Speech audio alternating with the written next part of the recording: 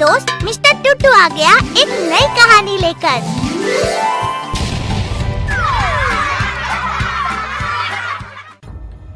दीपू और राजू जंगल के रास्ते अपने घर जा रहे थे। तभी उन दोनों को रास्ते में एक नदी दिखाई देती है जिसका रंग नारंगी था। अरे ये कैसी नदी है? इसका रंग तो नारंगी है। मैंने तो ऐसी नदी जिंदगी में पहले कभी नहीं देखी। हाँ, तुम सही कह रहे हो। मैंने भी कभी नारंगी रंग की नदी नहीं देखी। आखिर ये कैसे हो सकता है? कहीं इस नदी में कोई जादू तो नहीं है? तभी वहाँ एक बूढ़ा आदमी आता है। नहीं, ये कोई जादुई नदी नहीं है, लेकिन इस नदी का पानी बाकी नदियों में सबसे अलग है। और अगर तुम लोगों को इसका राज पता करना है तो तुम्हें इस नदी के अंदर जाना होगा। राज पता करने के लिए अंदर क्यों जाना होगा? अगर तुम्हें इसका राज पता है तो तुम हमें ऐसे ही क्यों नहीं बता देते? बेटा, कुछ चीजें बताने पर समझ नहीं आती, इसलिए मैं ये नहीं बता पाऊंगा।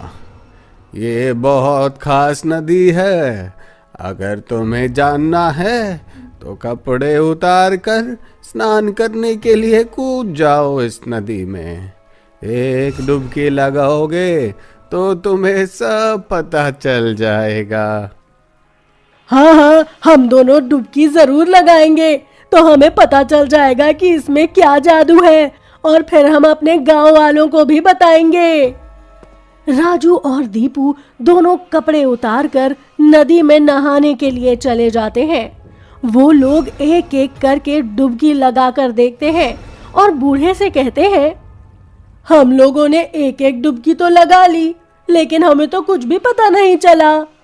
हाँ, ये तो बिल्कुल साधारण सी नदी है, लेकिन इसका रंग नारंगी क्यों है वो हमें कैसे पता चलेगा? वो तो बता दो। तभी उस नदी में से एक चुड़ैल निकलती है। तेरा काम हो गया बुड्ढे, अब तू जा यहाँ से। दीपू और राजू जोर से चिल्लाते हैं। अरे बाप रे, ये तो एक भयानक चुड़ैल है। शायद इसी वजह से इस नदी का रंग नारंगी है। ये लोगों को खाती है और उनके खून से नदी का रंग बदल जाता होगा। अब तो ये हमें भी खा जाएगी। फिर वो बूढ़ा आदमी वहां से चला जाता है और चुड़ैल दीपू और राजू को पानी के अंदर ले जाती है, और कुछ देर बाद वो दोनों गायब हो जाते हैं। फिर वो बूढ़ा अपनी झोपड़ी में आता है और रोते हुए कहता है, हे भगवान, आखिर कब तक मुझे इन मासूम लोगों को उस चुड़ैल का शिकार बनाना होगा। जब दीपू और राजू के काफी दिनों से गायब होने का गांव वालों को एहसास होता है तो उनके गांव में हड़कंप मच जाता है। अरे ऐसा कैसे हो सकता है कि दोनों लोग एक साथ गायब हो गए? जरूर कुछ ना कुछ गड़बड़ है दोस्तों। हमें जाकर पता लगाना चाहिए कि उन दोनों पर क्या मुसीबत आ गई। हाँ हाँ, हमें पता लगाना चाहिए। हाँ हाँ, हमें पता लगाना चाहिए। रमेश 4-5 गांव वालों के साथ दीपू और राजू को ढूंढने के लिए निकल पड़ता है। राजू और दीपू को ढूंढते हुए सारे गांव वाले उसी नदी के पास पहुंच जाते हैं और वहां पर वही बूढ़ा आदमी बैठा हुआ होता है। अरे बाबा, क्या आपने यहाँ से 2 आदमियों को जाते हुए देखा है? और ये नदी नारंगी रंग की क्यों है भाई? अरे बेटा, ये एक जादुई नदी है। इसमें स्नान करने से जो भी मन्नत मांगो पूरी होती है। तुम लोगों को मेरी बात पर विश्वास ना हो तो एक डुबकी लगाकर ही देख लो। फिर रमेश और बाकी लोग तैयार हो जाते हैं, लेकिन रामू और श्यामू तैरना नहीं जानते थे, इसीलिए वो नदी में जाने से मना कर देते हैं। तुम लोग जाओ, हम दोनों यहीं पर रुकते हैं। अगर कोई बड़ी मछली या मगरमच्छ तुम लोगों को खाने के लिए आया तो हम लोग तुम लोगों को बचा लेंगे। अरे डरो मत बेटा, बस एक डुबकी की ही तो बात है, फिर सब तुम्हें खुद ही पता चल जाएगा। वो बूढ़ा आदमी उन्हें बहुत समझाता है, लेकिन रामू और शामू नहीं मानते। जैसे ही गांव वाले पानी में डुबकी लगाते हैं, बूढ़ा शामू को पीछे से लात मार देता है और नदी में फेंक देता है। शामू तुरंत पानी के बाहर निकलकर ऊपर आ जाता है। अरे ये तुमने क्या किया? क्यों बेचारे को पानी में ढकेल दिया? अरे तुम पागल हो गए हो, मुझे तैरना नहीं आता और तुम मुझे लात मार के पानी में गिरा रहे हो। कहीं मैं नदी के अंदर चला जाता और डूब के मर जाता तो? फिर वो बूढ़ा रामू को भी पानी में गिराने की कोशिश करता है, लेकिन रामू दूर भाग जाता है। अरे क्या तुम्हारा दिमाग खराब हो गया है? क्यों हर किसी को पानी में ढकेलना चाह रहे हो? इसका जवाब तो बेटा तुम्हें अभी पता चल जाएगा, थोड़ा सब्र करो, वो आती ही होगी। तभी रामू देखता है कि एक चुड़ैल उस नदी से निकलती है और सभी गांव वालों को नदी के अंदर ले जाती है, और फिर इसके बाद बूढ़ा वहां से चला जाता है। अरे बाप रे, ये मैंने क्या देख लिया? सारे के सारे गांव वालों को वो चुड़ैल खा गई। मुझे जल्दी से अपने गांव वालों के पास जाना होगा और उन्हें ये सारी बात बतानी होगी। रामू अपने गांव वापस आ जाता है और अपने गांव वालों को सारी बातें बता देता है। वो लोग फिर से उस नदी के पास जाते हैं और उस बूढ़े को पकड़ लेते हैं। जल्दी बताओ, ये सब क्या माजरा है और क्या तुम उस चुड़ैल को जानते हो? वो तुम्हें क्यों नहीं खाती? मेरे घर आई थी और फिर उसने मेरे घर के एक एक आदमी को मार डाला। वो मुझे भी मारने वाली थी, लेकिन फिर मैंने अपनी जान बचाने के लिए उसे कहा कि अगर वो मुझे छोड़ देगी तो उसे हर हफ्ते एक आदमी लाता रहूँगा उसके खाने के लिए। तब से वो इस नदी में ही रह रही है और लोगों को मार कर खा रही है। मैं भी परेशान हो गया हूँ इस चुड़ैल को मासूम लोगों को खिलाते खिलाते। ये बूढ़ा झूठ बोल रहा है। ये उस चुड़ैल के साथ मिला हुआ है, तभी तो इसने मुझे भी पानी में फेंकने की कोशिश की थी। मैं अगर सही मौके पर अपनी जान बचाकर नहीं भागता तो वो चुड़ैल मुझे भी छोड़ने वाली नहीं थी। मैं तो कहता हूँ इस बूढ़े को ही नदी में फेंक दो, वो चुड़ैल आएगी और इसे ही खा जाएगी। बेटा, मैं झूठ नहीं बोल रहा हूँ। मैंने तुम्हें पानी में फेंकने की इसलिए कोशिश की थी क्योंकि अगर यहाँ से कोई भी जिंदा बच के चला गया तो वो सबको बता देगा कि इस नदी के पास जाने में खतरा है और फिर वो चुड़ैल मुझे ही खा जाएगी। अच्छा, तो तू अपनी जान बचाने के लिए दूसरों की बलि दे रहा है? तो जैसे बूढ़े को तो मर ही जाना चाहिए। मैं अभी इसे नदी में फेंक देता हूँ। नहीं नहीं रामू, ऐसा नहीं करना चाहिए। हमें उस चुड़ैल को यहाँ से भगाने का उपाय सोचना चाहिए।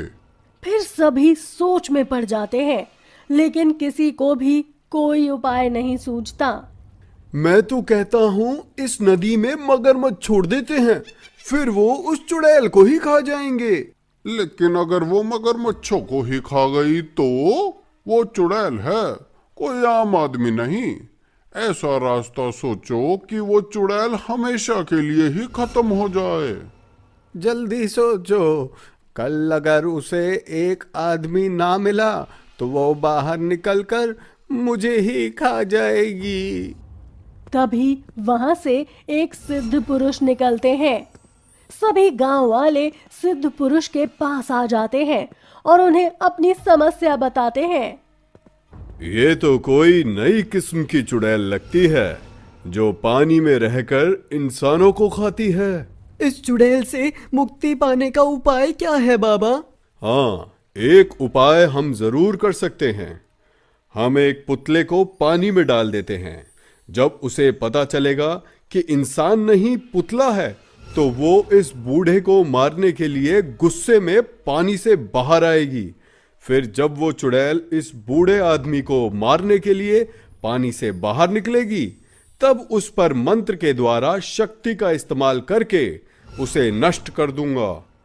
लेकिन अगर वो चुड़ैल बाहर ही नहीं आई तो? वो चुड़ैल बाहर जरूर आएगी, क्योंकि वो कोई साधारण पुतला नहीं होगा। उस पुतले में हम लोग एक डायनामाइट रखेंगे, जिसे खाकर उसका पेट फट जाएगा। और अगर वो उससे भी खत्म नहीं हुई, तब बाबा जी उसे अपनी शक्ति से खत्म कर देंगे। हाँ, अगर उसका पेट फट जाएगा तो वो बाहर जरूर आएगी। फिर सारे लोग एक पुतले में डायनामाइट भरकर पानी में डाल देते हैं और पेड़ के पीछे छिपकर देखने लगते हैं। चुड़ैल पानी के ऊपर आती है और पुतले को पकड़ के अंदर खींच लेती है। अरे ये डायनामाइट फटेगा ना? हाँ हाँ, जरूर फटेगा। तू बस इंतजार कर थोड़ी देर का। डायनामाइट फट जाता है और एक बहुत तेज धमाके की आवाज आती है और नदी का सारा पानी यहाँ वहाँ बिखर जाता है। उस पानी से आसपास खड़े गांव वाले भी भीग जाते हैं। अरे ये क्या कर दिया? हम सब गीले हो गए। अब वो चुड़ैल हम में से किसी को भी नहीं छोड़ेगी। घबराइए मत, चुड़ैल को बाहर आने दीजिए, फिर मैं देखता हूँ। फिर चुड़ैल गुस्से में पानी के बाहर आ जाती है। मैं तुझे जिंदा नहीं छोड़ूंगी बुड्ढे। तूने मेरे साथ खिलवाड़ किया है। मैंने इंसान समझ के पुतले को खा लिया। उसमें तुम लोगों ने डायनामाइट भर दी थी। मेरा तो पेट ही फट गया। अब मैं किसी को भी जिंदा नहीं छोड़ूंगी। सबको कच्चा चबा जाऊंगी। फिर सिद्ध पुरुष उस पर एक जादुई रस्सी फेंक देते हैं और वो चुड़ैल वहीं बंध जाती है। फिर वो उस पर एक मंत्र से गंगा जल छिड़कते हैं और वो चुड़ैल उस मंत्र की ताकत से जलने लगती है। अरे ओ पागल, बंद कर ये पानी छिड़कना। बंद कर दे। रुक जा, मुझे बहुत तकलीफ हो रही है। मैं यहाँ से हमेशा के लिए चली जाऊंगी, लेकिन मुझ पर ये गंगा जल मत छिड़को। तुझ पर भरोसा नहीं किया जा सकता। मैंने किया था और तू मेरे सारे खानदान को खा गई। सिद्ध पुरुष जी, आप इसे खत्म करो। गंगा जल छिड़कते छिड़कते कुछ ही देर बाद वो चुड़ैल जल जाती है और राख बन जाती है। और ये सब देखकर सारे गांव वाले खुशी से झूमने लगते हैं। ओह, मैं तो बताना भूल ही गया। ये कहानी आपको अच्छी लगी तो वीडियो को लाइक, कमेंट और शेयर कर दो। अच्छा, फिर आऊँगा एक नई कहानी के साथ।